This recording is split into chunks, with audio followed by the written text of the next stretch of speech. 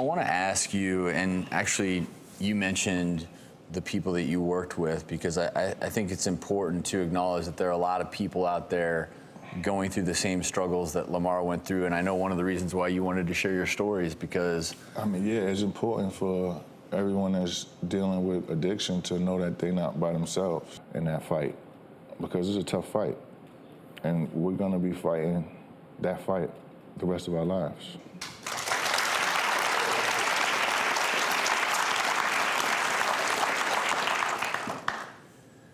I want to talk a little bit more with you about your process in rehab, because I also want to remind everyone watching at home that one of the reasons why we do this show is to tell people they're not alone. Lamar, I know you felt like you were alone for a very long time in all this, but no one is alone, and Lamar had a lot of people helping him out. I want to introduce part of his team from Casa Palmera Treatment Center. Joining us is the Director of Clinical Services, Dr. Bruce Figuered, and Lamar's primary therapist, Dr. Kellie Delli Colli.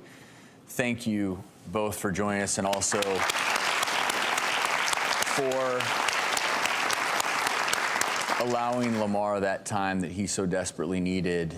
I want to ask you, Bruce, what do you all do differently at your facility, and why was it the right place for Lamar?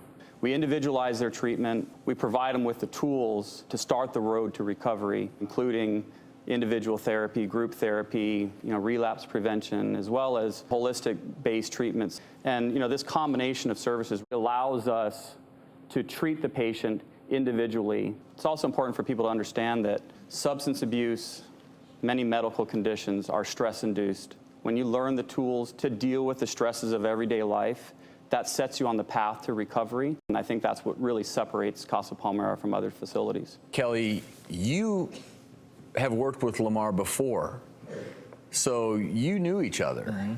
And he's saying this time felt very different. What was different for you in terms of working with Lamar? You were a completely different person. The first time around, you didn't really go to groups, right? Yeah. You kept more to yourself in your room. You didn't engage in family program, right? You did what you had to do for the time you were there. You didn't stay the full time. You weren't as invested in your recovery the first time. This time you showed up. You showed up for yourself. You did the work.